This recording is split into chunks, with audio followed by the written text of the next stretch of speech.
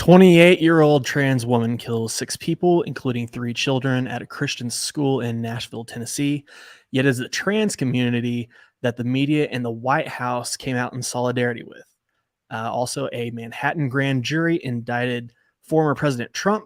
The prosecution is led by Soros-backed District Attorney Alvin Bragg, who's also known for being soft on crime. Meanwhile, DeSantis says Florida will not assist in the extradition. All of this and next on the Speak for Yourself podcast.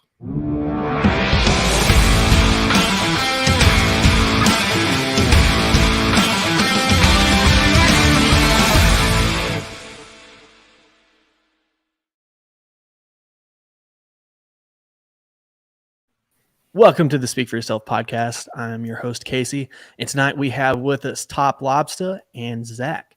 Top, how's it going? Hey, what's up, guys? Great to be here with you guys. It's been a couple of weeks that we've been planning it, but I'm excited to have this conversation with you guys. Yeah, man, I'm excited for it. Zach, how are you doing, buddy? I'm good. I've got a 2-month-old in the other room, so we'll see how this goes. Zach's going to be whispering the whole time and just on pins and needles. I feel you, man.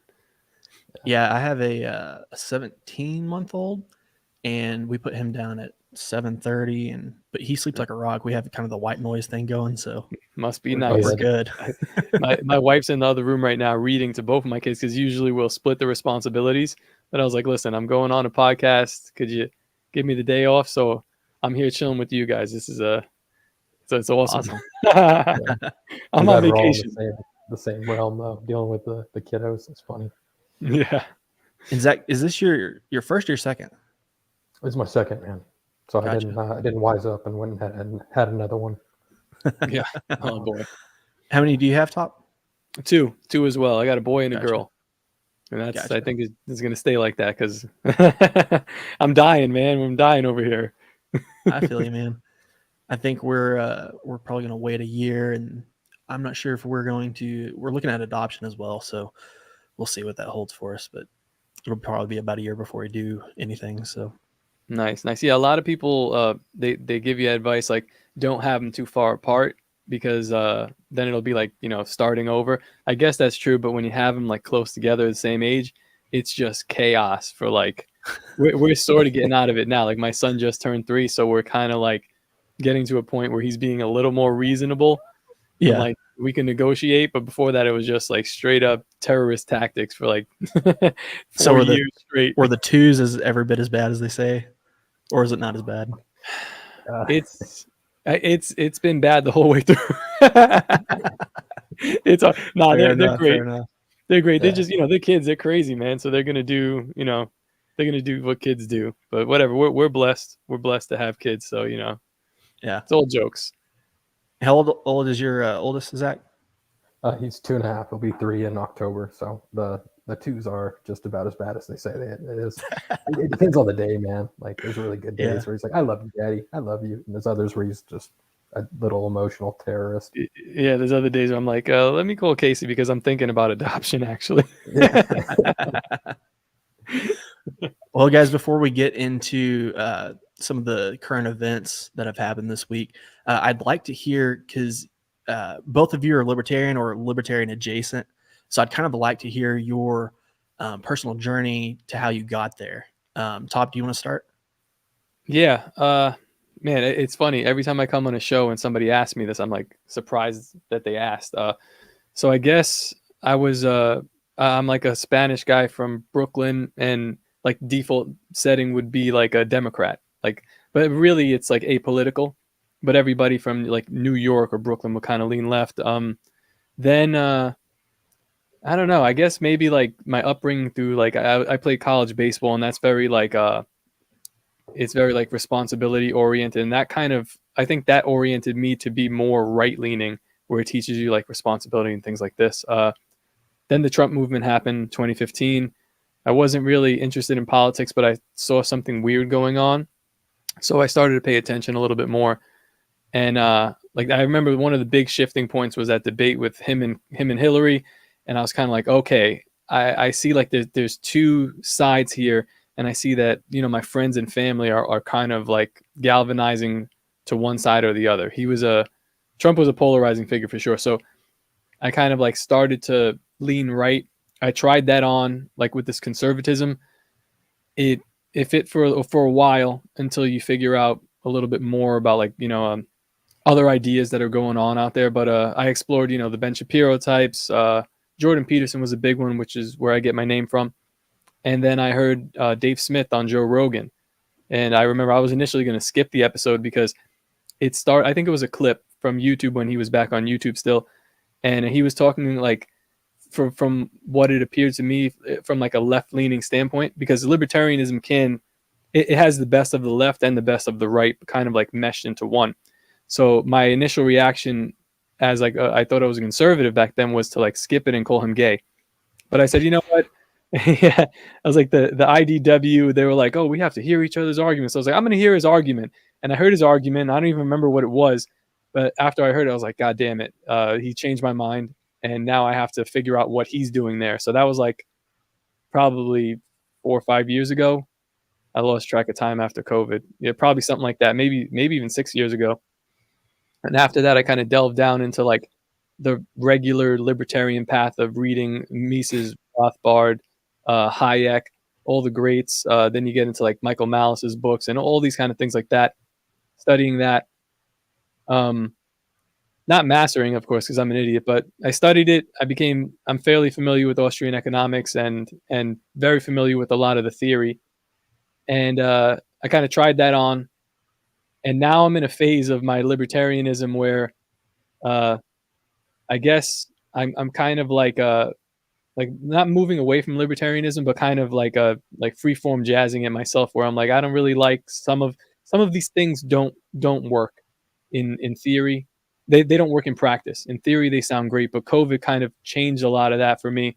So yeah, I don't know. I'm right now I'm in a weird phase of seeing things and kind of seeing I'm more interested in what works now. So you'll see a lot of my Twitters throwing shit at the wall and a lot of brash stuff, and see where things land, because I'm still learning and figuring stuff out. But that's kind of where I'm at now. That's fair enough. Are you kind of testing the waters with some of those tweets, like the reaction that you get from people? All the time. Yeah, my latest one was it's very interesting to see like throughout COVID, I saw a lot of the people that I had respect for fall to the wayside and kind of get fooled by a larger psyop, or fooled by like being scared by something. So I kind of like to throw out these like weird feelers and see where my audience is at the time, and then I'll gauge from there. Most of this stuff is shit posty, but I kind of want to see how people react to it, because that's the most important. That, in my opinion, it's the most important thing to what's happening in our society. The theory comes second. How people are actually forming around it is pretty important. So I do like to poke the bear a little bit and have a little bit of fun. People get mad at me, but I don't give a fuck. I just yeah. Zach, how about you? Man, I'm old school libertarian, dude. 2010, man. It's kind of when it started for me. Sorry if I sound kind of rough, man. Everybody in our house is getting sick too. It's great, dude. Those kids are like little petri dishes. But oh yeah. Anyway, man. So you went to Lubbock High School? I did. Dude, yep. I did too. Graduated in 08. Yeah, I graduated in 12, so you were there right before me. Both on drumline though, so that was tight. And, yeah, I played tenors. I don't know if you even knew that, bro. No, I did not. yeah. I remember looking up to like BJ Holmes and all those cats. And I'm like, oh man, they're gods. Well, he continued with his percussion. I don't know what you call it, but he just got his PhD career, I guess. Yeah. But I'm actually like best friends with his brother. Okay. Yeah. Yeah. So he and I are still pretty close. But anyway, it all happened on the back of a school bus, dude, going to the ATC. If you remember that place. I had a digital graphics class, and a very good friend of mine, Sheldon Weisner, he kind of opened up the world of libertarianism to me. Not so much the economic side, but more the morals and ethics, and it was fascinating. I thought it was brilliant. It like you kind of said, man, it's the best of both worlds, right? I think the way it was put to me was, keep the government out of your bedroom and your wallet. I was like, okay, it seems like freedom for all. So it set me down that path. And I didn't actually get to vote for Ron Paul in the 2012 election. I was stationed in Camp Pendleton at the time. I just didn't have time. But so yeah, I start going to college and everything. I was majoring in biology, and was like, this is dumb. I hate it. It was annoying. So I'll got to pay for it anyway. I'll study what I want. So I ended up getting my degree in philosophy and another one in English, which was both of terribly useless. But I was, the whole time I was there, and I went to Tech, man. I went to Texas Tech, so it was a pretty conservative school. But being in the English philosophy program, you're surrounded by the most left-leaning people, for the most part. There's very few on the right side of the political spectrum. And so I always felt like the odd man out. And every time we'd be having a conversation, especially medical ethics, my professors would just make me feel like a Nazi. And I'm like, I'm not even far right. Like, I just don't think you should kill all these people. So that's kind of where it started. And, after having kids and being married, different jobs, you become more right wing. My dad was right. I hate to admit it, but you become more right wing as you get older. And so I'm kind of like, I voted for Mama Joe in the last election. Would I vote for a libertarian candidate this next election? Man, I don't know. We'll see. I don't even know who's running. That's kind of how. Yeah, it's still early in the game to decide, I guess. Well, I mean, I don't know if Dave Smith, if he was going to run, he should have announced probably back when Trump announced and started lining up his campaign. So he didn't. I don't know if he's going to run. I don't think he's going to. And the people who they proposed already, Larry Sharp and someone else, they hosted some kind of debate with 3 libertarians. I don't even know who they are. So there's your answer, I guess. Larry's held a couple of them. Yeah. It's strange. There's like 6 or 7, because there's 2 of them that I know about. One had 3, like you're saying, and the other one either had 3 or 4 candidates. Yeah. They're all people that I haven't really heard of. Yeah, that's how it is with libertarian elections, man. It's always just some random person. You're like, oh, this guy's new. Like, I didn't know who Gary Johnson was, but he was a governor. Shit. I likely won't vote libertarian unless, Dave Smith runs, which I don't think he's going to run. But my second choice, like out of left field, would be somebody like Clint Russell from Liberty Lockdown. If he runs, he's got my support. Besides that, I don't know. Maybe I'll just watch and see the world burn. Is that even a possibility with Clint? I don't know. Why the hell not? I haven't start talking about it. Yeah, he's single. I didn't even know he was interested in that. He's probably not. but he's not. What else is he doing, right? So peer pressure him into it. Yeah, I peer pressure him into worse stuff, to gay sex, stuff like that. We could pressure him into running. He's a great orator, in my opinion, and I think he's probably the second most influential libertarian in this sphere right now. So I don't see the other guys I can't even name. So that would be my choice if he were to run, or if if they were to nominate him or whatever. We'll see how things play out. Who knows? Yeah, Zach, our relationship's kind of interesting because we lived in the same town, and then around the time that you moved is when we really kind of hit it off and discovered that we were both, libertarian oriented. It's strange, man. A friendship kind of formed from that after you had left the town that we're both in. Yeah, dude. I remember I talked to you at that Christmas party in I think it was 2017. And I was like, man, this dude's really cool. Oh yeah, we went to the same high school. Had a lot of the same interests, music and talked about politics. And I actually had to go kind of early that night. And we found each other on social media. And I started seeing the stuff you were putting on there, and you saw the stuff I was putting on there. I was like, this dude's pretty tight. Like, this guy can hang, right?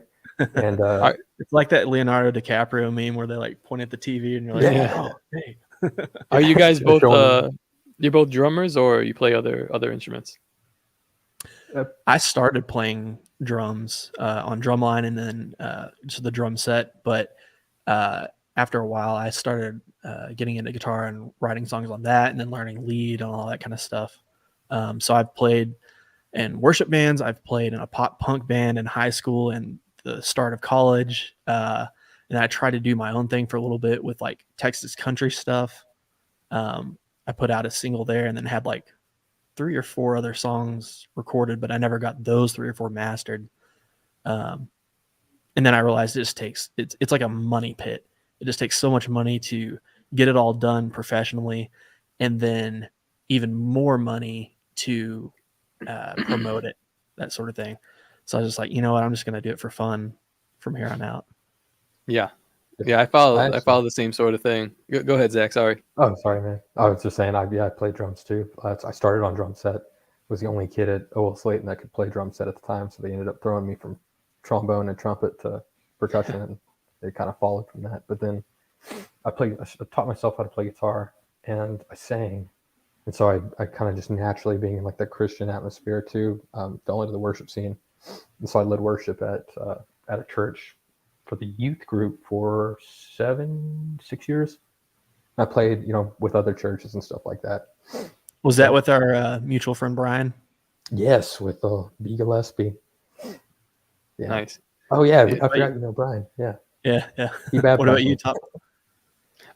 Actually, a similar path. Yeah. So I started to learn guitar. I just like picked it up one day. My grandfather left me a classical acoustic, and no idea how to play. Started playing. Asked my uncle. He taught me some chords, and then I was like, I fell in love with it. And I actually met my wife playing at the church that we went to. I was like, I don't know what my like role there was, but I was like the guy that kind of broke down and put together all of the equipment and like had the setup. And then I also ended up orchestrating the band because we had a piano, bass, violin. We had a trumpet at some point, and we had a couple other instruments. So like they had, like when you got a lot of people playing, you got to have like the fake sheets for the guitar. We have to have the sheet music for the piano, and then I think it was like B flat. Like I had to transpose for the trumpet and all this. So then I got my licks in there, and I ended up going to college and minoring in music. So I was like, oh sweet, yeah, started to get like a little obsessed with it. But I haven't played in like in a band setting in many years now. I bought a brand new guitar the other day, and I was like, I played some. Sick. Yeah, it's a great guitar. I played some chords on it. And I was like, I don't even know why I bought this thing, but now I gotta like maybe I'll get back into it a little bit and show my kids some more. Yeah. Well, it's funny how a new guitar or a new instrument or amp or whatever, new pedal can kind of reinvigorate that drive in you to learn and kind of like spend time doing it. Yeah, it gives you gas, right? What is it called? Yeah. Like guitar accessory syndrome or something like that.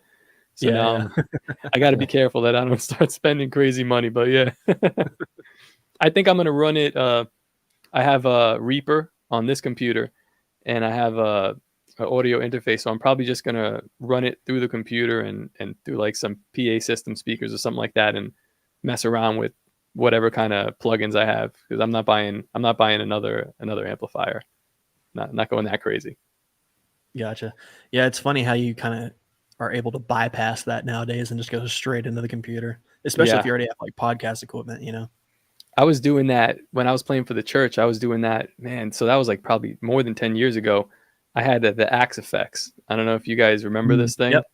Yeah, it was like a real big. It belonged in a board, and I had it hooked up to like a Voodoo Labs like 16 patch foot pedal when I was playing in the church, and that thing was nice for what it was, but it was like $2,000, and all of this stuff that I have now probably sounds better. I have more plugins, I have more amps and stacks and all this stuff, and it's basically free because I downloaded it illegally. But it's just amazing how far we've come, like technology wise, where I don't have to worry about a tube amp or playing through a Line 6 or some garbage like that. So that's pretty cool.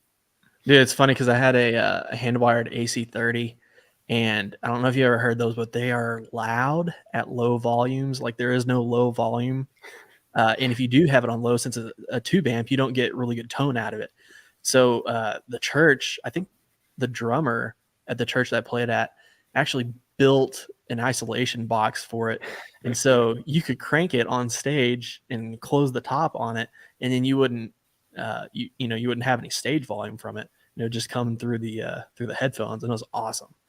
Nice. Yeah, that was the biggest like headache with the church, because like the drum set we had kind of in the middle, and I ended up convincing them to buy like one of those plexiglass shields, and we ended up like miking the stuff. I mean, we had enough mics basically for the the kick and maybe just like one over everything. So it wasn't like the ideal setup, but it was just way too loud acoustic. Like people were getting blown out. You know, if you're if you're like too close to the front, my drum player was like super loud. So that was a fun time. A lot of trial and error with that. Well, so let's get into a little bit of the current events this week. We started off Monday with the school shooting in Nashville. How do y'all feel about that? You want to start, man? At first I just feel kind of numb to it. Like I don't even care because it just happens all the time. But this one kind of bothered me because of just the details of it, with the like finding out that this person knew the pastor at this. It was like a church school kind of deal. Mm-hmm. Yeah, he or she knew the pastor there and was there specifically. It seems like looking for him, and then murdered his daughter. It's like it's multi-layered. It kind of like aggravated me on different levels. This was also one of the things that I was just telling you about, where I kind of just I'll say like wild stuff to put out feelers and see where people are at. And a lot of libertarians, I kind of do disagree with them here, but I just said maybe trans people shouldn't have guns, and everybody jumped down my throat and said, yeah, see, I see your face, Zach. Everyone's like, oh, you want to make a law? I said, didn't say I want to make a law. I'm just kind of stating the obvious here, where in my opinion, most of these people are clearly crazy. They wear it on their face, or they wear it on their dress, and they're telling you, they show you. And when somebody shows you who they are, I believe them. And I'm like, maybe we should kind of like put some kind of stigma on this, like at least say something rather than encouraging it. Because I was looking at the libertarian side, and they're like, we have to arm the queers. And I was like, all right, let's maybe calm down a little bit. This shooting just happened. Let's take it easy and see where the pieces fall. So it's a fun social experiment to see where people landed on that. Got a lot of weird feedback. Yeah, it's funny because I knew exactly where you're going with that. And I guess we're going to jump right into it. So my personal feelings are, my baseline is that trans people are mentally ill. And I'm not sorry for saying that. So when I saw your tweet about that, I thought it was interesting. I haven't decided if I agree or not with it, but I do think it's interesting. And obviously I'm not going to tell you anything new. But obviously the reason that you wouldn't do that is because you're afraid that same law, if you made it a law, would be coming back on you or people that are not mentally ill, right? And it would be used as a political weapon against whatever side is not in power at the moment. And let us not forget, I mean, laws aside, if you want a gun, you're going to get a gun. So it's like, to even argue with me, like, maybe some of my followers are new following me, but I've been in this space for a long time. So I understand the argument for as far as the law side goes. And I'm never going to say that, but I'm also not going to explain myself on Twitter. Fuck you. You know what I mean? So if you're going to like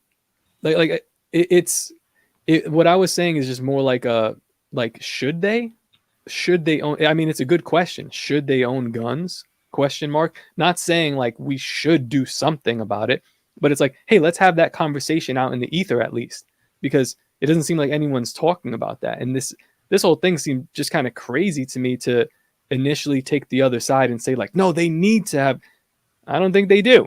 Maybe we should, like, if somebody's mentally ill, like to a point where they can't decipher the reality of their own physical being, maybe they shouldn't have the responsibility of like a small explosive, device in their hand that you can bring anywhere. Maybe let's talk about it. But instead, or you could just jump down my throat and I'll just block you. But it's like, I'm more interested in having like that kind of conversation in the air. And I'm also, I'm not like tied to this idea. It's just something that I said, like most of the other dumb shit that I say. So yeah, I'm willing to have my mind changed and all that, but I do think at the very least we should maybe consider that. No one's even saying that. So Zach, you have anything? Yeah, I got way too much to add to it. Let's hear it. It's troublesome. Obviously terrible news. it's I will say kudos to the officers. I mean, I watched the footage, man, and they closed with and destroyed, man, very quickly. Complete very opposite quickly. of Uvalde. Yeah, and I don't know if TopLobsta knows, but I live in a border town, and so Uvalde being so close to the border, you kind of see the different law enforcement agencies, and they just did a fantastic job, ending the threat, and Yeah, but that's man, it's as go ahead. libertarians, we don't like the cops generally, but when shit goes down, that's what I want you to do. Like I'm sorry to cut you off, but I'm from New York City. It's giving me flashbacks. It's like, when we're in New York, I don't appreciate being pulled over or being harassed for jaywalking or bullshit like that. But when people are burning down the city, the guys that take my taxpayer money, please do something about it, because that's what you're there for. They didn't. These cops did their job when things were actually happening good on them, Yeah, dude, and I'm glad you brought up New York. I was there in it was New Year's Eve 2014, going into 2015, and I just remember looking out the window from our motel. We were like right there on what's that, Broadway? What's that place called? Times Square. Like I was like 2 blocks away from it, and just see them, and it was so militarized, and I was like, screw this, dude. I'm not about this. I don't believe in this. I hate it. And there were cops galore, right? And it's a dangerous place. Bad things happen in those kind of environments. Boston bombing was right before that, and but this shooting is so politically charged. It's not like just like Uvalde, right? Some crazy, mentally unstable, unhinged kid, with 2 brand new, Daniel Defense rifles, all this ammunition, brand new truck. You start getting into those conspiracies. Yeah. Right? Yeah. Dude, I'll go down the rabbit hole. The wheels every start time. turning. 10 out of 10, I'm going down that rabbit hole. But it's not just a guns issue. It's now a social issue about not just the acceptance of, should we be allowed to have these firearms? Should trans people have these firearms, right? Should where do we stand just days before this trans rights days, which is today, right? And Well, I'm confused. Is it Trans Visibility Day or is it Trans Day of Vengeance? I think they canceled that. I personally don't give a shit. I don't care. Good on these demons for like having the wherewithal to cancel the Day of Vengeance, but they're doing a Trans Visibility Day, which obviously none of it's all bullshit, but at least like they weren't brazen enough to just run with that as the theme of the day, even though the president and everyone else is kind of coming out in this odd like pro-trans. It's like this just happened and they're saying like, well, the trans community is under attack from like the White House Twitter. Yeah, it's wild. It's wild to see. But yeah, you kind of go ahead. I was just gonna say, but then you say, what about a 6-year-old or a 9-year-old Christian kid at a school who goes and gets shot by them? Are they part of a marginalized group? And so the minute you start talking about this situation, regardless of what side of the political spectrum, up, down, left, right, doesn't matter. You're hated by one, you're beloved by the others, and you're just an asshole to everyone else. And so it just doesn't matter. Like your thoughts, you're not going to change anybody's mind. It's so emotionally charged, politically charged, and it's just bullshit is what it comes down to. And people are pissed, and they don't even know what they're pissed about. Yeah, well, yeah, I think I am bothered most by A, the White House's response, and B, legacy media's response to this, right? So instead of being in solidarity with the 6 Christians that were killed and the 3 children out of that 6, there's no mention of that, especially from the White House. I don't think I've heard one thing from them all week. And they're standing in solidarity with the trans community now because they're allegedly under attack. It's wildly tone deaf. You could look at it as if it's tone deaf, or you could look at it as if it's intentional, which to me, the latter seems more plausible. It doesn't, I was like, it's one of those things where no matter how red pilled you get, I must retain some blue pill in me, because you do see this stuff from like the press, White House secretary saying, we're really sympathetic towards the, whatever her name is. And my initial reaction, like your gut reaction is like, what the fuck? But then I'm like, oh yeah, of course you are. I mean, you're here for the downfall of America. You're picking apart every semblance of sanity in the society. It shouldn't surprise me It still does a little bit, but after like a second of thought, I'm like, yeah, of course. I mean, the part that bothers me would be like my friends and family who still like don't see it how I see it, and they'll still watch the mainstream media and see this like this brazen, blatant attack on, in my opinion, it's like a sideways attack on Christianity and just normalcy in general. They can 100%. see that. Yeah, they'll see that, and they'll be cis male or cis female Christians and still not like understand that these people hate you, they want you dead, but they'll settle for your submission kind of stuff, but Zach, your point before where you were talking about like mental health of like the societal, the social societal issue of mental health with this shooting, my brain, like my conspiracy brain, started working right away towards like MK Ultra and what we know about that, and government influence, and how much government influence is involved in like a lot of these shootings. And like most of the previous shootings, we can go look back and say, well, they were on antipsychotics or big pharma drugs, which probably do correlate to some MK Ultra studies that haven't been released yet. But this one is so blatant and in your face, which is why I'm like, libertarians, like, wake up. I mean, you have the government coming out right after, and they're telling you that they support this movement. It's almost as if they're creating and fostering this movement. Forget about the pills that and the testosterone and the shots and all this crazy shit that they're giving these people. They're also supporting them like verbally from the biggest platform in their world, from the cathedral. So when I see that happen, it's a conundrum for me where I'm like, we're going to arm these people? Like you're okay with arming these people? It almost seems like they're created by the government. Like it almost seems like they're pushing this whole thing, which not almost seems, I mean, if you look at it objectively, they are. So now we're going to say the government creates the problem, and now they want us to argue about like, they want us to argue about gun laws, which is not interested in their solution in gun laws. But I am interested in like just the common man saying like, okay, maybe, just maybe, the people who are creating this issue, which is not really natural. It happens once in a while. Transgenderism, sure, it's a thing, and people do have gender dysphoria, but not to this level. There's just way too many people out there. They're creating it actively in schools and society. There was just that video with like Jazz's mother talking about dilating, like forcing him to dilate himself. It's fucking crazy. And it's like, it just feels like from like that one hurts my heart, man. That one, me too. And that's why I got to joke about it. I got to say like, I got to put out a snarky tweet about it. Otherwise, like I'll be dead inside, which I already am. But it's hard for me to connect these two things of being like, I guess like a pure libertarian, but then also noticing, hey, they are doing something deeply nefarious here. They're playing with this, the chemical makeup of people, and it's intentional. And then things like this happen. It's like, we got to think about this. We got to talk about this at least. I'm not interested in the, no offense, I'm not interested in the don't tread on me, like, those taglines of libertarianism. Let's think. We know the theory. It's like I compare it to like when I'm playing guitar, like you learn all the theory. You learn, everything within the key signature, right? We're playing the key of G. We know all the notes. It's only F sharp that you can mess with.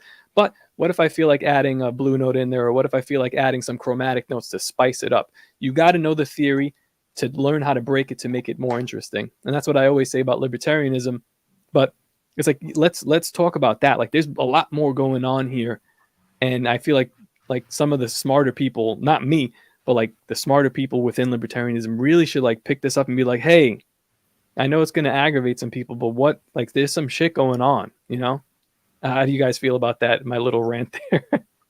I think you hit the nail on the head, man. I think it's wild over the course of the last 20 years how much traction this has gotten. And I actually got into I hate to say it, a flame war on good old Facebook with some dumbass I went to high school with, right? And you're sitting there thinking like, dude, you cannot be this dense. You cannot just think that there's nothing going on here. You're telling Zach, me, you need to get on Twitter. Yeah, Dude, don't I have a Twitter. I have don't fight on. four, and it's been hacked by some Russian 3 times. So only got on there every once in a while. You can't fight on Facebook because there's no limit to how much somebody can talk back to you. Like they could just write you a book. You got to bring them to Twitter and kill them with those whatever character length they're in. Just those one-liners, just boom, boom, boom, boom. Yeah, that's it. Yeah, maybe I should. It's maybe I should. Either we talk face to face, like kind of how we're doing here, or meet me on Twitter and we can do it a little bit there. But like on Facebook, it's too much. It's too much. That makes sense why everybody wants to go on Twitter. I'm like, I'm fine with Facebook. Me and all the old people, dude, we're good on there getting pissed off at the neighbors' kids or whatever. But it's wild to sit there and think, man, if you were to tell me 20 years ago that people would be running around saying, use my damn pronoun, like I'm going to change the English language to fit your narrative. I'm sure, I would assume either one of you have watched Matt Walsh's What is a Woman? Mm-hmm. Yeah? Watch it for like the 3rd time because it's fascinating. I just, it's hilarious and there's some sad truths in that. But you can walk down the street and ask somebody what their pronouns are, and there's a chance, man, that it's not he or she, or a group of people might, identify as a damn gaggle of geese. It doesn't matter anymore, and just throws all reality out the window.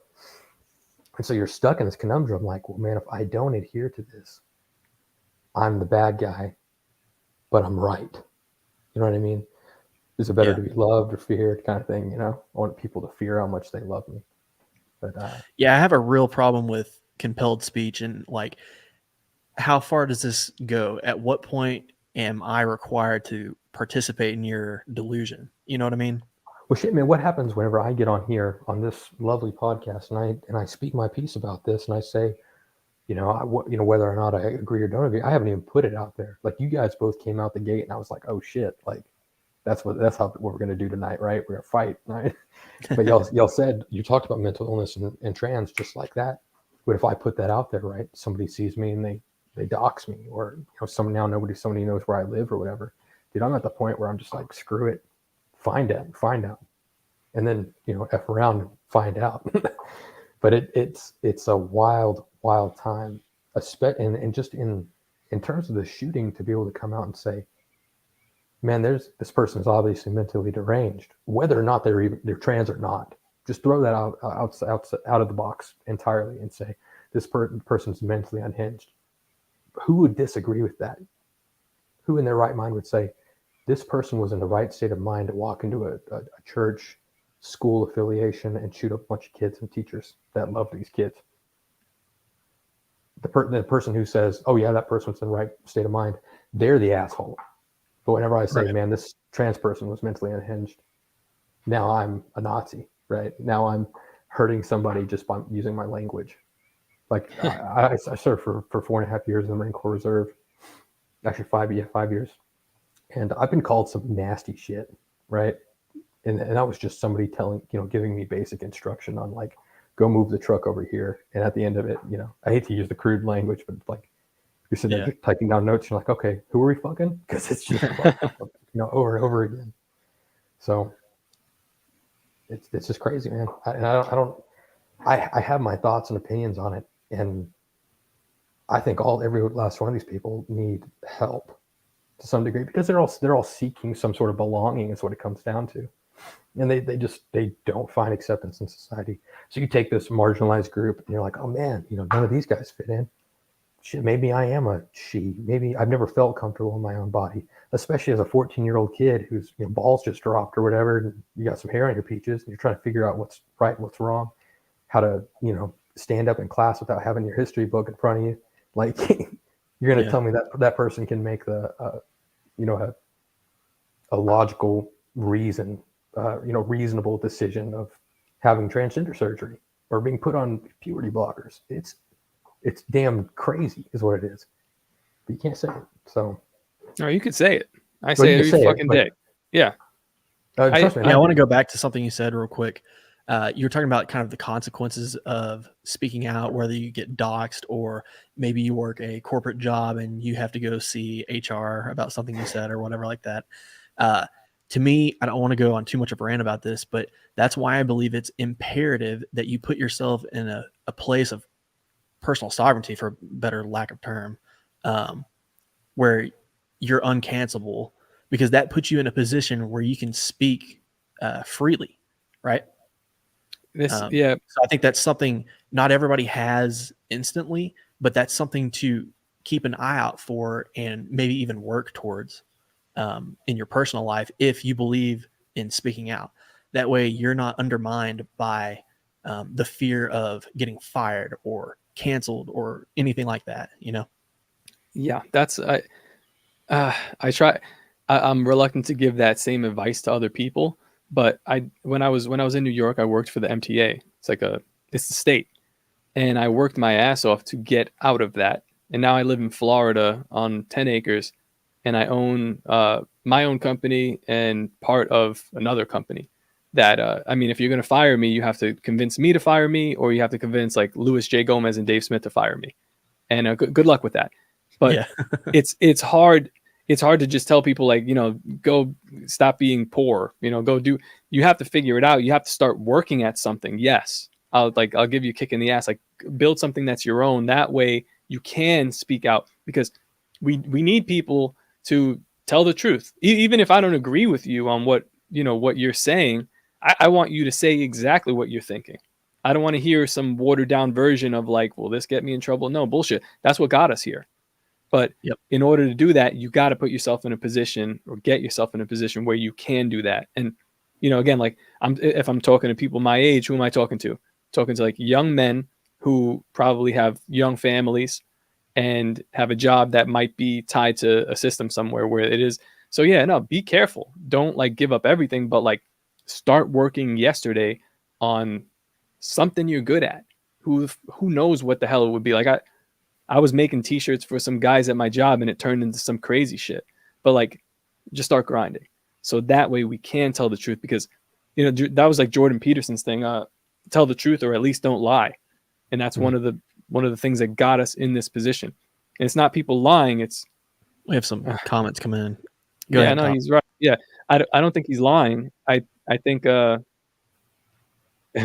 forgot exactly what I was going to say, but yeah, we have to just be in a position where we are sovereign and we can say what we mean.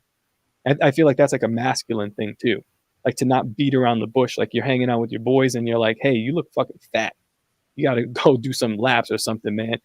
Girls, go do some push-ups, like whatever. Girls can't really tell each other that shit, because there's like, oh, there's a lot of feelings involved, but guys can.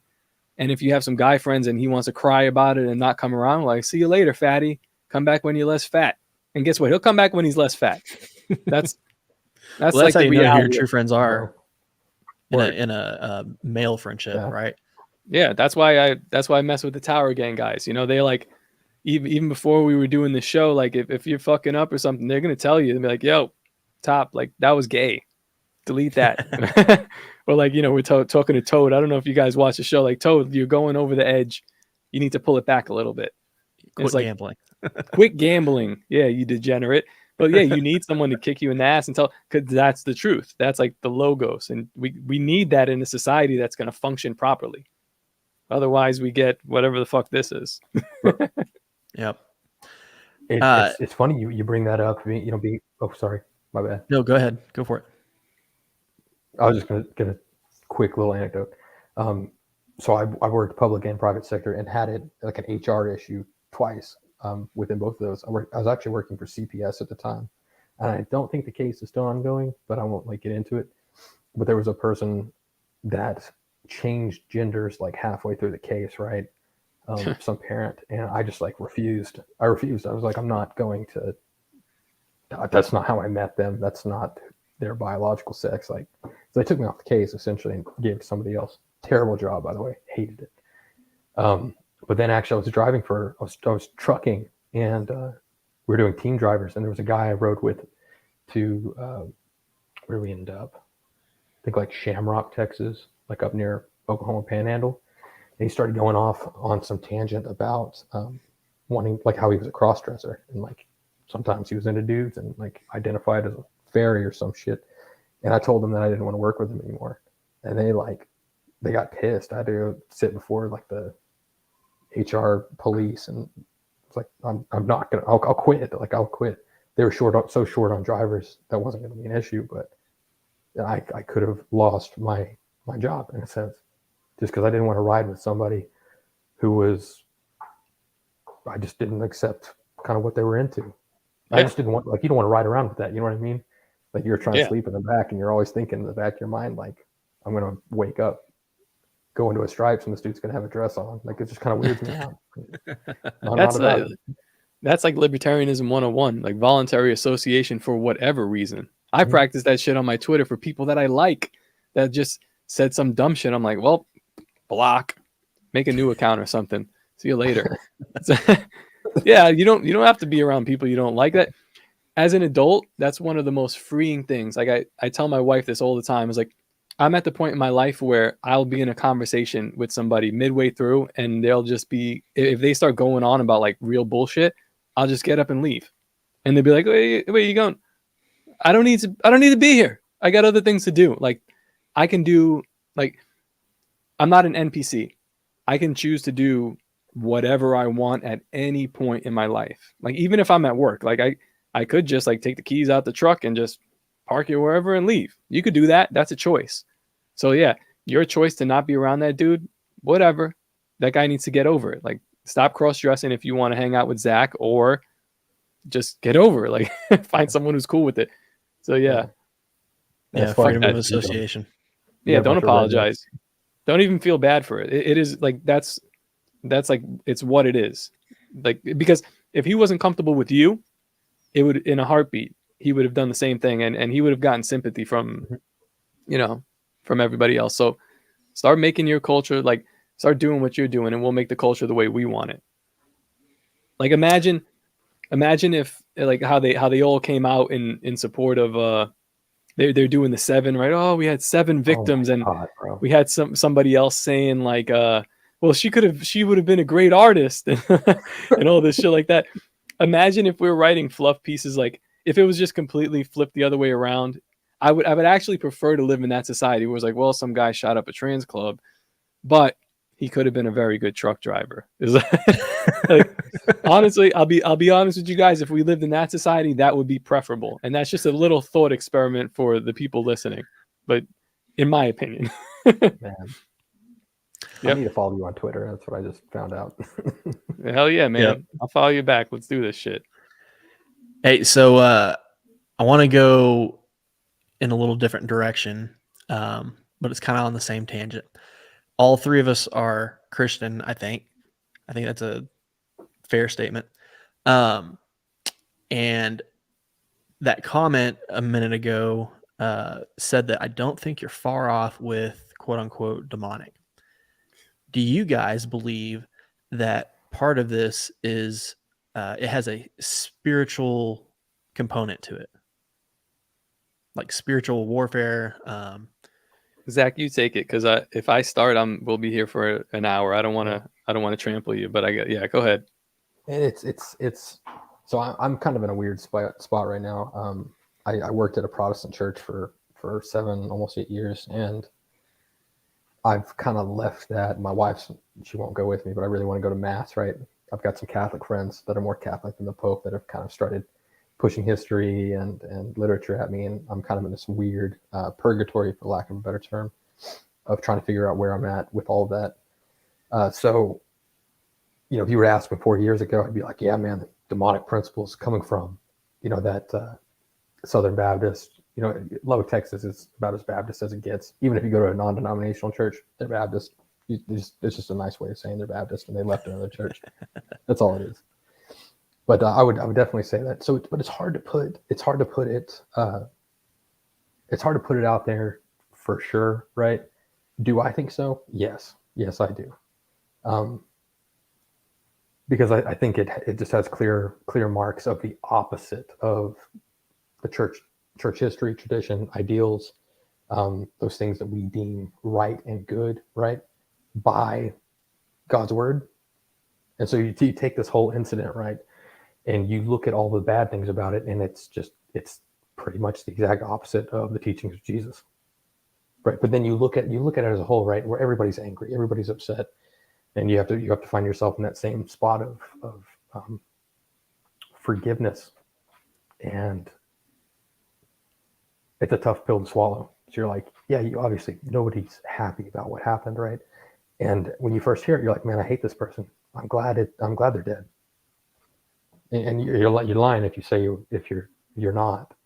But then to look at it, be like, man, it sucks. It just sucks all around. So I think there was some demonic roots at play. That's the part that infuriates me the most, right? So that pastor was actively trying to help this person. I don't know what he was telling him or her when in their little counseling sessions. I mean, listen, the guy could have been like a piece of shit. I don't know, but like it really hurts me to think, like, part of me is like, yeah, these people are hurt, they're broken, we need to help them. But it's like, this guy tried to help them, and like, I'm in a position with my family where it's like, I'm not going to help you and risk like my shit getting messed up, you know? Like, when I was working in the subway, if somebody like fell or some crazy shit happened in New York City, you just don't go over to like help somebody, because like they could just flip out on you and stab you. I've seen it. So it's like, something's happening over. That's why you see the videos, people getting their ass whooped or some crazy shit, and people just looking, and then they walk the other way. That's why I can go over there and like completely ruin my life getting involved in whatever shit that you're doing there. But yeah, I don't know. They need help. They do need help. There is a demonic presence going on there. And a quick background on me, on my like Christianity now. I was in the church for a long time, like I said, playing and doing all the inner workings of this stuff. And if you guys played in a church or were involved deeply, you know that like whenever you get involved with something like that, you see like the business side of it, you see like the ugly side. It kind of, as a young man, it turned me off to it turned me off at the time to God and the ideas, like Christian ideas. It was a Pentecostal church, but it doesn't quite matter the denomination. But as I got older, especially when I had kids, I kind of reconciled that. I guess I was like a little bit angry toward the church, and then that was misdirected toward God. But as I got older, I realized like, no, it's just people. No matter what church you go to, it's going to be run by people, and there's going to be weird shit and ugly stuff going on in there. So I don't really go to church, but the last couple of months, I feel like my belief in God and my relationship with God and Jesus has grown a lot stronger. Just like private study and certain things that the things that I'm listening to, I've had I feel like I've had like a better understanding of what's going on. And today is interesting. I did like a little schizophrenic posting about an issue that I'm kind of interested in lately, which is the Nephilim. Yeah, go off on that, because I do want to hear about that. But explain, do a background or explain from the beginning of that one. What the Nephilim are. I mean, if you've been in church, you read, it's like from Genesis. They show up in the Book of Enoch, which is kind of like it's non-canonical to the Bible, but it's an interesting book nonetheless. So the Nephilim are they're the product of fallen angels that have mated with the daughters of man, just what they say. And it's actually really interesting when you start talking about this stuff, because like the basic Christian will look at you like, the fuck are you talking about? Like, you're crazy. It's like, well, it's actually in your book, the book that you believe that you carry with you and stuff. Like, it says it there. And there's a lot more wild stuff in that book, which is like, I used to read the Bible as more of like a parable, like a way to live, right? Where it's like, maybe Jonah didn't get eaten by a whale. Like, this is, but what's the story telling me? What should we take away from it? And that's important. I think that's an important part of the Bible as well. But yeah, the more time goes by and like the more weird things get in society, as I'm looking around, I'm like, oh my God, like maybe this book is what it says it is. Maybe there's like wild stuff going on. Like in Revelations, it says in the end, you'll know it'll be the end times, because it'll be like the times of Noah. And Noah, we know what happened with Noah. God flooded the earth because there was wild stuff going on in the earth back then. And like what I think was a lot of the wild stuff were fallen angels mating with the daughters of man, creating Nephilim and other kind of atrocities like giants, and who the hell knows? Maybe, I mean, like we have cultural references to like dragons and all kinds of other wacky stuff going on from like Mexico to Japan, and these societies were never in contact with each other. So why are they talking about the same stuff all the time? Why is there like giant caves in Peru and also like in North America and Afghanistan? It's hard. Like, you know, people call me crazy. I don't care. They call me crazy about a lot of stuff, but it's hard for me nowadays to really start to suspend my disbelief in these things, because I think that the world is more interesting than we know. And I think it's about to get a lot more interesting than people are willing to admit or see. But anyway, the idea back to the Noah's Ark story real quick. The theory as it pertains to the Book of Enoch is that the bloodlines were getting so tainted with Nephilim bloodlines that's actually why he sent the flood. And Noah's bloodline was 100% pure human. Yeah. Anyway, continue. No, that's one of the things. One of my other holdups with the Bible, the Old Testament God, where he's like, you know, a much more vicious God, where he's like, he tells the Jews like, go into this city and kill every man, woman, child, and even kill their goats. And I'm like, damn, like that sounds like genocide. But like, what if these people weren't human? What if they were this like Nephilim origin, or this like weird, like perverted race of human? It's very possible. That's how I like to rationalize that part of the Bible in my head, at least, and it seems to make a lot of sense. But yeah, the Book of Enoch kind of touches on the details of what the fallen angel's goal is, and it is to pervert the bloodline of Christ, or the bloodline of human beings that are created by God, which is so they're trying to like mate and then and have these bloodlines all mixed up. And I think that if you do believe that this is still happening, which I don't think it ever stopped, I do think that it's still continuing, and they're just using different methods. And my like schizophrenic post was like, you know, artificial intelligence seems kind of strange. It seems almost demonic in a way. It seems like they're trying to manifest like this like technological knowledge into some kind of body at some point. I don't know what's going on, but they also do it on other fronts, like through possession. That's something that we do see in today's day and age. And it's like, possession is not necessarily like you know, your head spinning around and you're throwing up vomit and pissing on the floor, like that's kind of like the Hollywood stuff.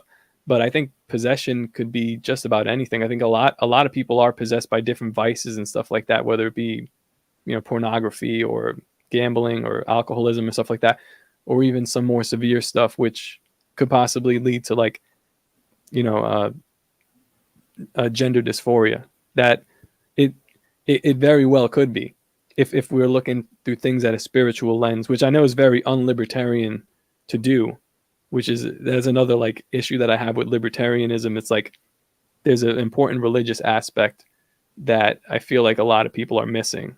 If they put those things together with the ideas of libertarianism, they do coincide a lot.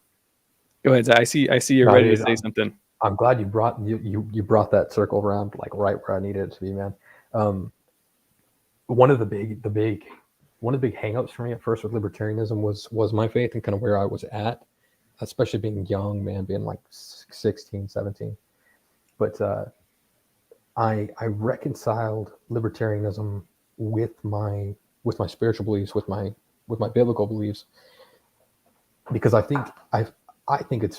personally think it's impossible to enjoy, to respect, to have my own belief system without the ability for others to have theirs, right? So like, I can't tell you how to think, how to feel. I shouldn't, at least, right? Like I shouldn't be able to do that. And libertarianism kind of, it almost gave me a logical cop out of like, it's the only way. It's the only way this works. Because if I can't enjoy that, or other people can't, or if other people can't enjoy it, why should I be able to, right? And so there's no sort of mutual respect of just having a different set of beliefs, right? Even if it's just freaking out there, right? You're still entitled to it. And I believe some crazy stuff too. I also believe that I'll never forgive Russell Crowe for ruining the entire book of Genesis for me with that abomination of Noah. Every time I've read Genesis from that point, all I can think of is the damn rock monster things. Like, I got to rewatch that movie, see how it holds up. It's theologically, I don't know, man. It's I give it a 2 out of 10. Oh boy. Yeah, but that is an interesting thing with libertarianism as well, where it's like Pete Quinones likes to really touch the third rail on this stuff, where he's kind of went away from his libertarianism as when I found him, what he was doing. But if libertarianism is accepting of all cultures and different ideals, when when people are commies, literal commies, and they're like, we're gonna kill you, it's like, I don't think we could be accepting of these people. We need more of a Hoppian ideals in this. If you want this kind of if you want our ideas to flourish, but then that it's all that becomes like maybe segregation, like self-segregating into different communities, and expelling people away from communities. You have that sect of libertarians that are like, oh, well, we can't do that. We have to have a big tent. I don't agree with that. I just don't think. Yeah, but then Mises Caucus. How do you grow a party unless you have a big tent? You're right. Yeah, you need the votes, but what are you really getting done here? You just kind of, in my opinion, you're spinning your wheels. I'd like to, if I were to live in a town of libertarians, it would have to be libertarians that think along the lines I do. And then there's other varying flavors of it where I could communicate, but then I don't know. Then there's Josh Ekel, and I was like, get out of here. I could never live next to that dude. He would. It's just counter to exactly. I was trying to remember his first name. I knew it was Ekel, but I couldn't remember his first name because I was about to throw that out as well. Yeah, he's not even the worst. I like to poke fun at him, but there are so many people who are. I don't even know how to explain it. It's just it is almost like ideological possession, where they have these ideals, but there's no thought about how this would be implemented in real society. There's no reality attached to it. It's do we take them seriously? Do I even argue with these people? I feel like arguing is we can't even meet in the middle.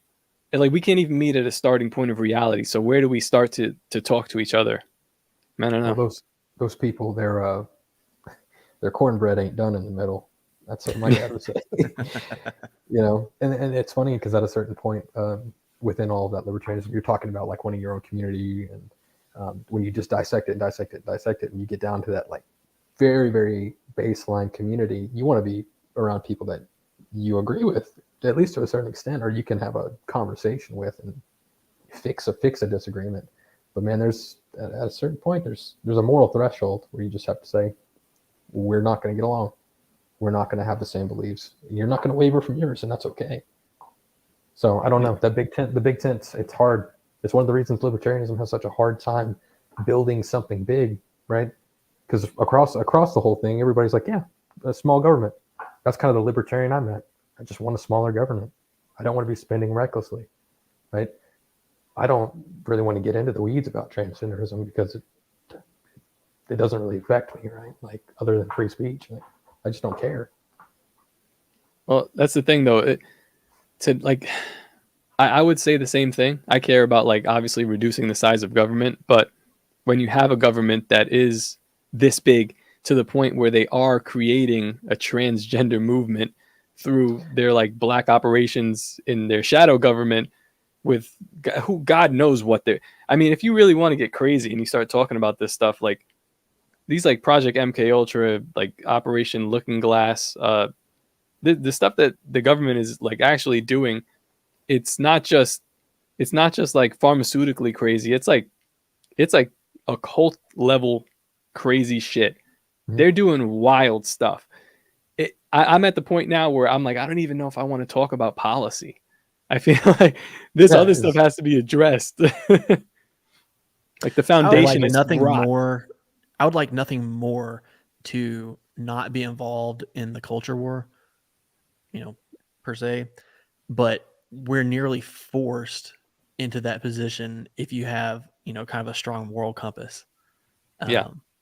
Well, even with policy, any decisions you have with policy or the beliefs that you have, you're stuck in the culture war, right? Even Yep. because it's so black and white, right? In America, like just take abortion for example. I mean, it's one or the other. There's no middle ground. You can't. And the And crazy so thing is, we're fighting like obviously we're all in this culture war, or what we think is, but like how Casey was just saying, this might be like a spiritual war. And that's kind of where my mind is going to now. You want to talk about abortion? The Bible says like, don't sacrifice your children unto Moloch. Like, what are we doing? This is exactly what we're doing. It's insanity. These, I mean, again, at the the risk of sounding completely insane, I do think that these people, like the elites, the elite of the elite, whatever they're doing up top is extremely nefarious. I mean, I wouldn't discount child sacrifice, like when we're talking about Epstein Island stuff. Definitely wouldn't discount adrenochrome usage. Who the hell knows how awful it is?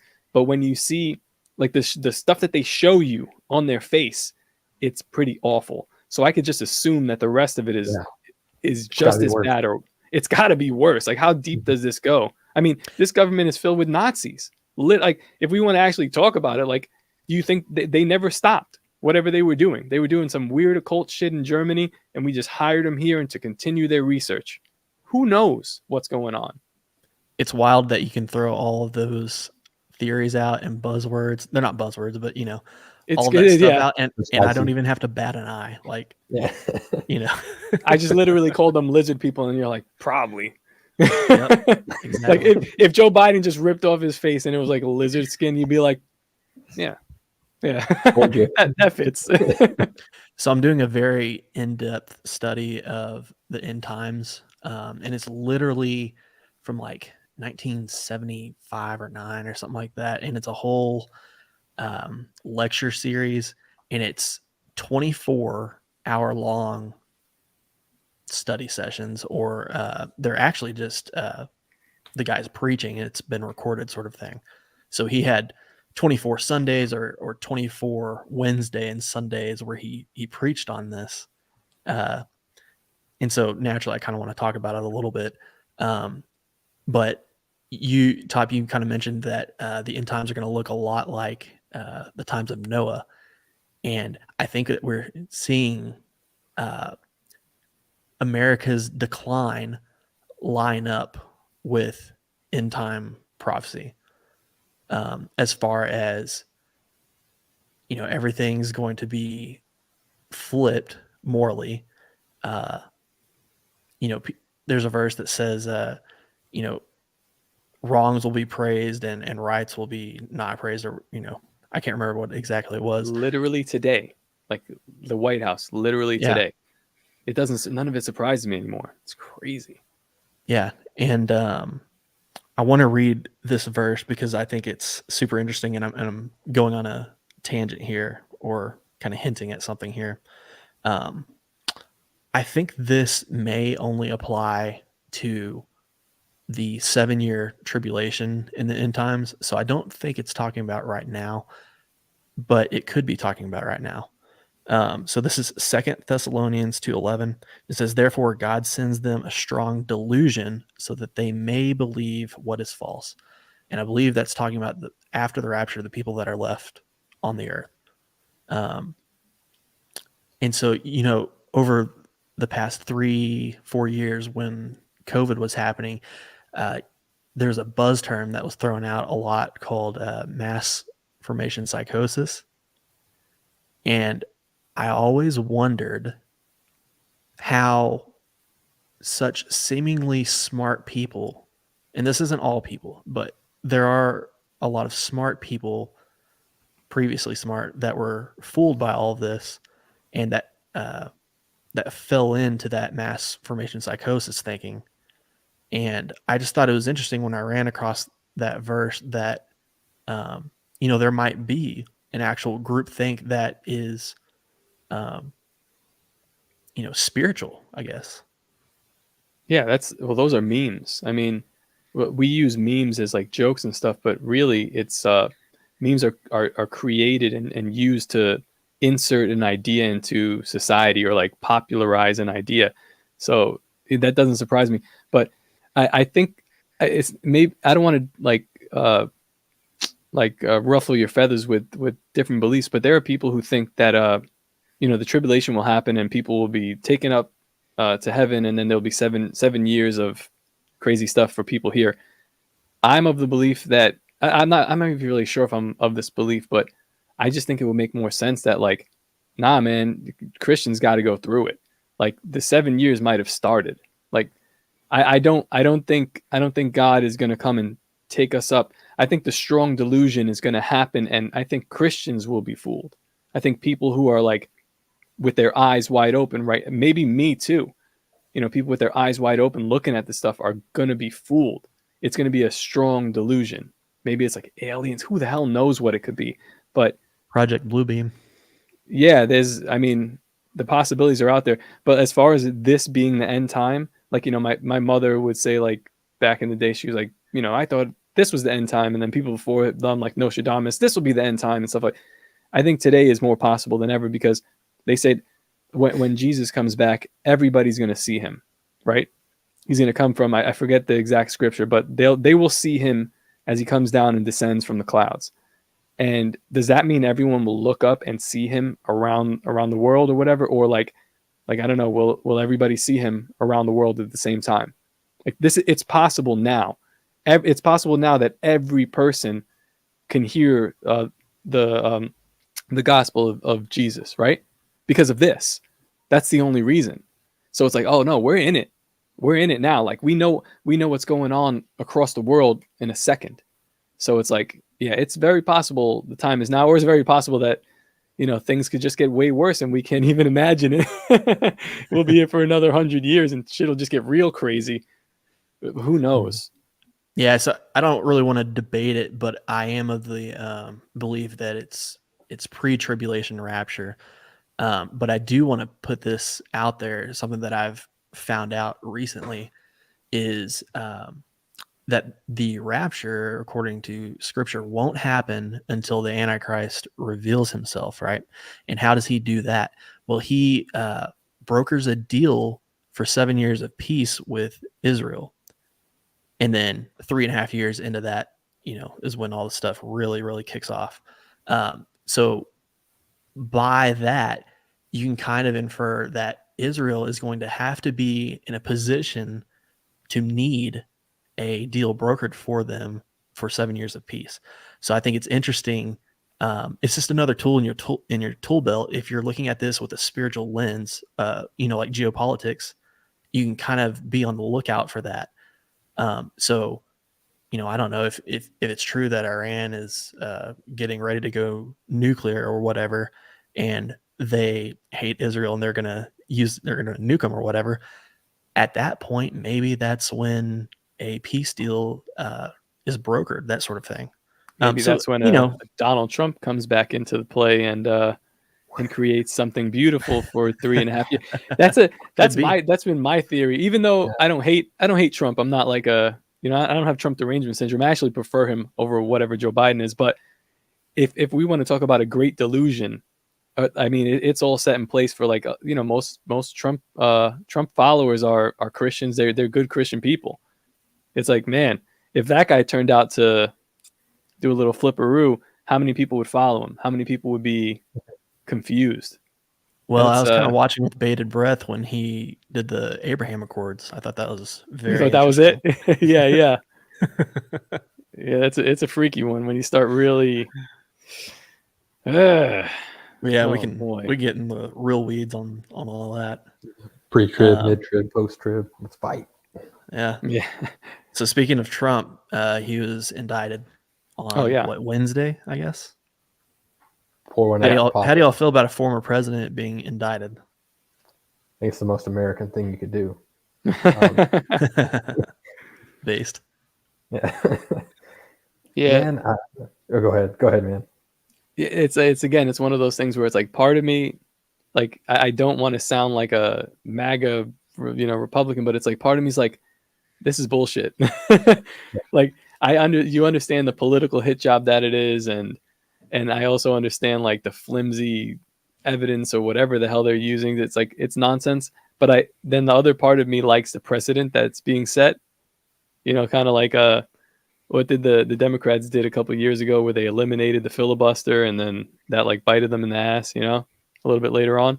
So it's like I kind of like that. If anybody in the right with anybody on the right with any kind of balls ever regains power, it would be interesting to see what they do.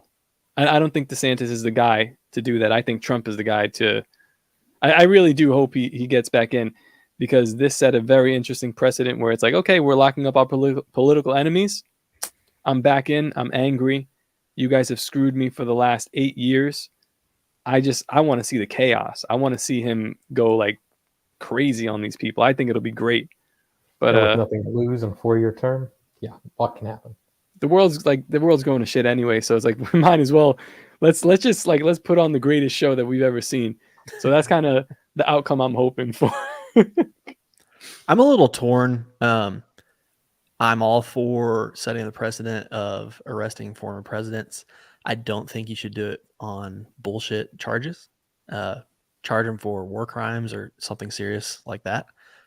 But I am worried that it does set the precedent that it's just going to be a continuous cycle. As soon as one gets out of power and the other comes into power, the other party, they just prosecute the last guy that was in the White House, right? That sort of thing. That'd be so dope. Yeah, but then who's going to want to run for president when exactly. they do that? There you go. You just solved your own problem. I guess if you're like a collapsitarian, yeah, that sort of thing.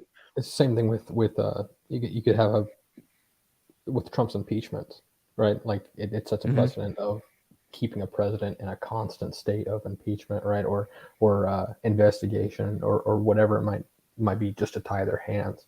It just goes against every principle of the Constitution, every principle of just very, very basic American political values of like, they're throwing around the term banana republic, and you're like, damn, I mean, they're right. I hate to say it, but it's gotten to a point. Setting that precedent is so incredibly dangerous. And you're right. It's fine with war crimes or something heinous. Like, what are the two crimes the president can do that's treason, like impeachment worthy?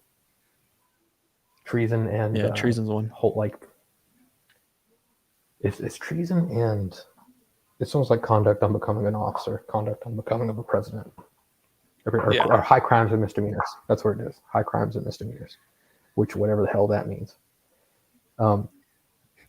That's intentionally ambiguous. Yeah. It's just with this one with Trump, it's so blatantly obvious that like you've been trying to get him since before he was even in office. And finally you found something that sort of sticks, but it doesn't even really stick. And it's like, this is what we're doing, guys. But like, I go for it, I guess. I'm not exactly a collapsitarian. I just see the trend. Like, this shit is going down anyway. Yep. So it's like, what are we going to do? We're going to keep patching holes, Justin Amash. You're like, there's no saving this. This is going down the way it's going to go down. I just hope it's hilarious so I could tweet about it. But what am I going to like again with libertarians on Twitter or whatever? You're yelling at me about gun laws. I do drawings. I'm a guy that goes by a lobster moniker, and I do drawings online. And you're yelling at me about laws. What are we doing here? Like, enjoy the show. Enjoy. Like, I don't know what to tell these people, man. Yeah, I just I don't know. I think even people on the left know that it's a farce, and that's the interesting thing about it. They're going to go along with it, even though they know what it is. Yeah. So this is kind of a silly question, and I ask my libertarian friends because they're the only weirdos that would know or read it, right? Have either one of you guys ever read the Constitution all the way through? Yeah. Yeah. I don't think I haven't all the way through now. I don't even think it's viable anymore. Like, I'll use it to argue with people when it fits me, but like, again, you see the way things are going, the way they pass laws. It's just kind of like no one's even looking at this shit. Thomas Massey's looking at it, and Rand Paul maybe.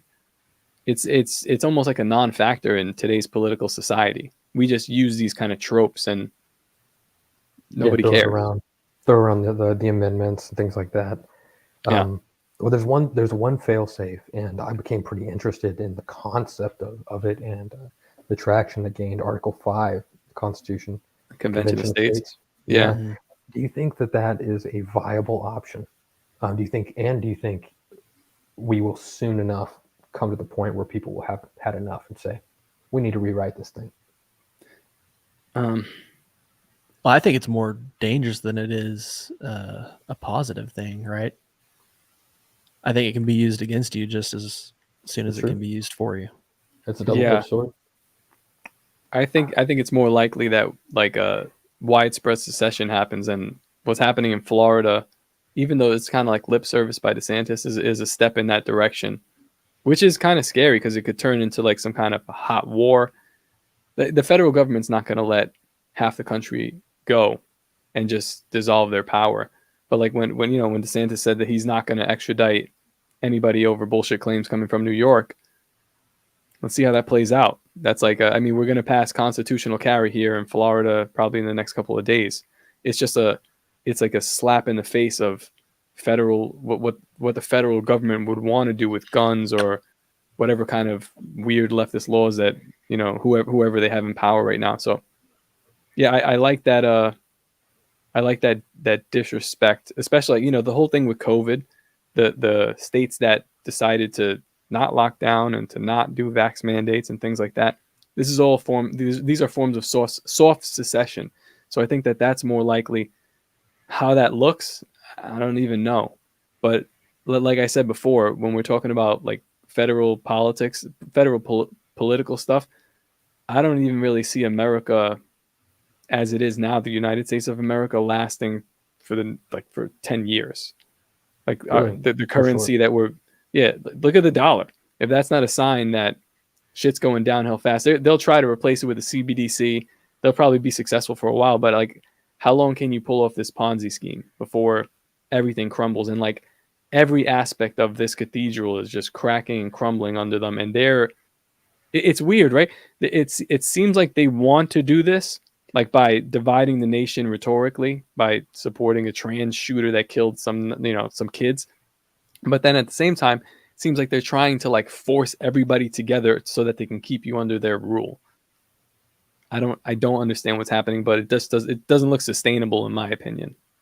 Man, I hate to bring it back to religion and end times again, but an interesting perspective is that the United States is not mentioned in the end times. So you kind of have to, use your reasoning and deduct why that is. Is that because we get nuked? Is that because the dollar collapses and we become a third world country?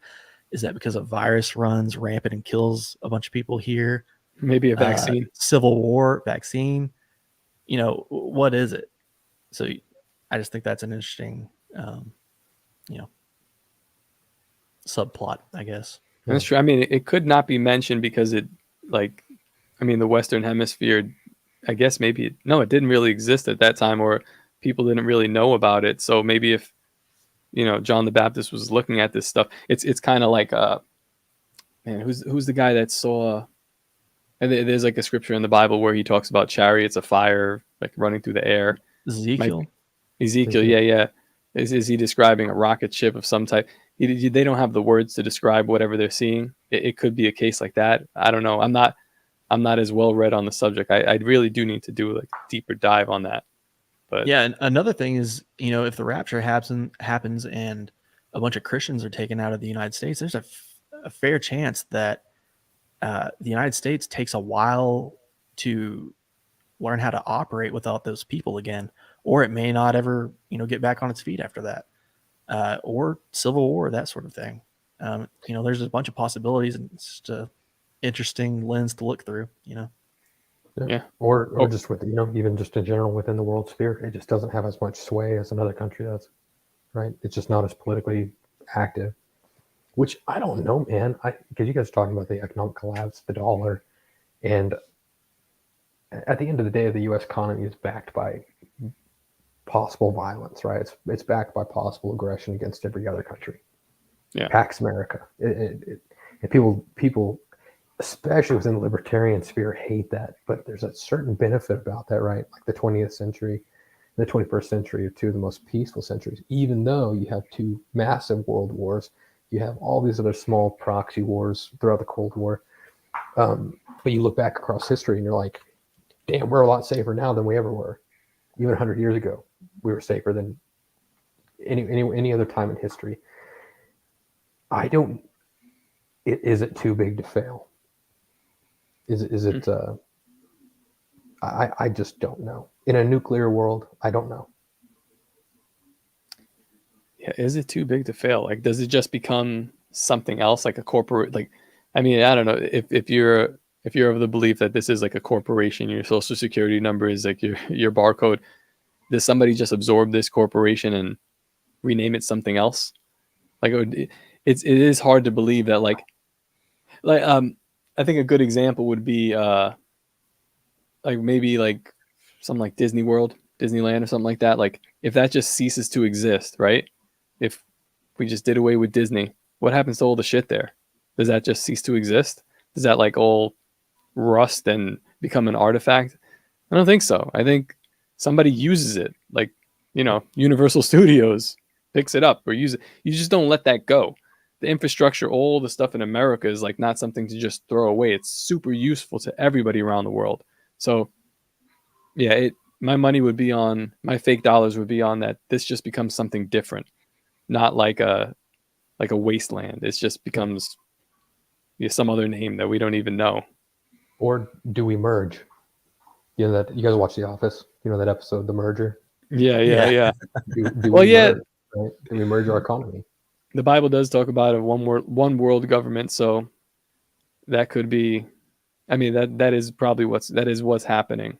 It's what is the phrase that Joe Biden says about it? The liberal Build back better. Yeah, liberal economic order. The liberal, yeah. It's like the global liberal order. So I don't know if it's an economic order, but they talk about that. He like references that constantly, and it just means new world order. They say it a whole bunch of different ways, and they've been saying it since like probably like George Bush Sr. So yeah, dude. That's just one of my favorite quotes. Just like the way he says it, just I don't know, kind of tickles your spine a little bit. The New World Order, first time it's said in public, you're like, oh shit. Yep, exactly. Yep. Pay attention. Yeah, conspiracy theory. Conspiracy theory is real, man, and we're here telling you about it on the front lines.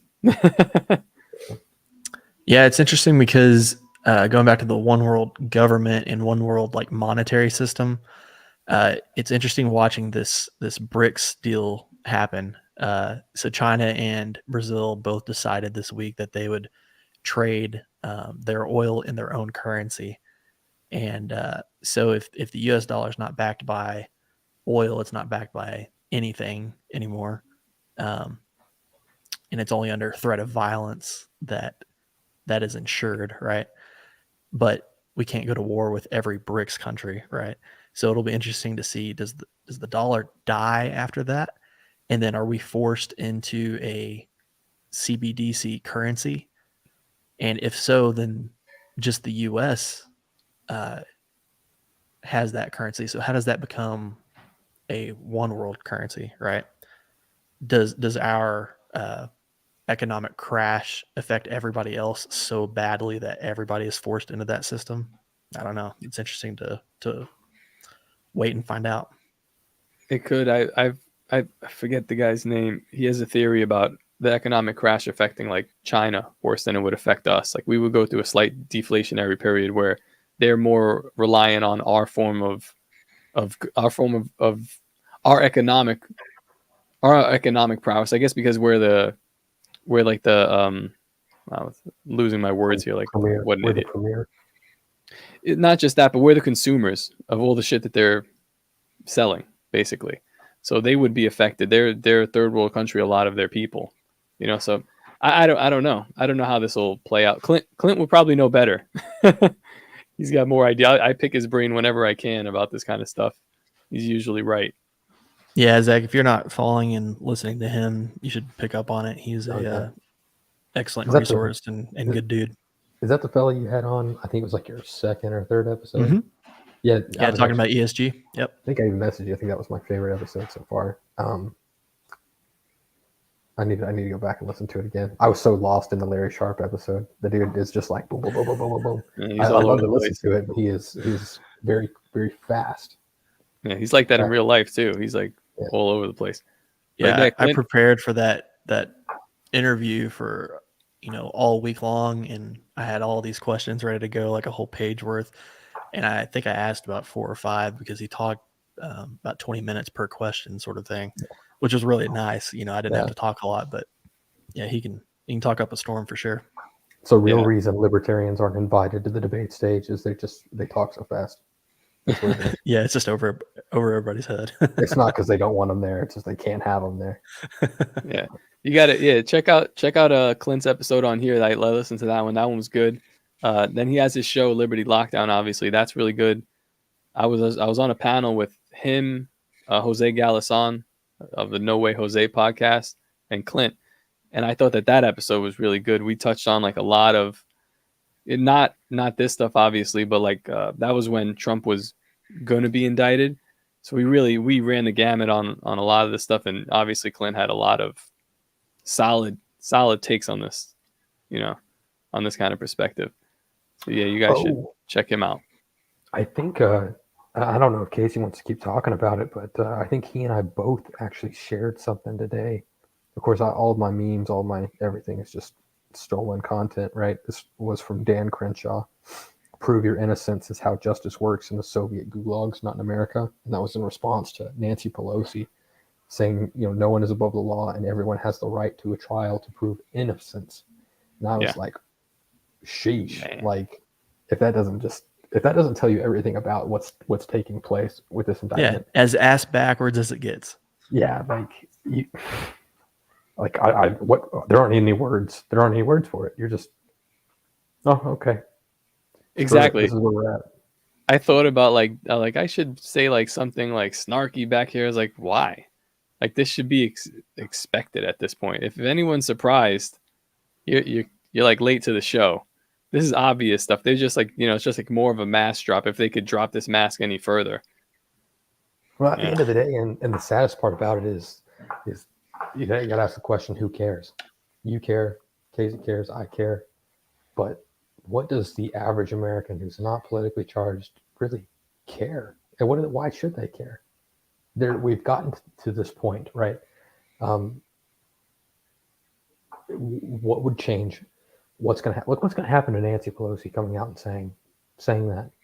Nothing.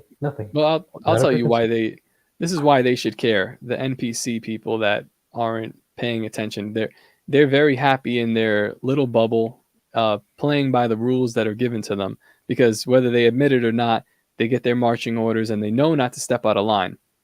Some of these people are true NPCs, like can't think for themselves. Some of them are just keeping their head down, and I get that, but you're following into destruction.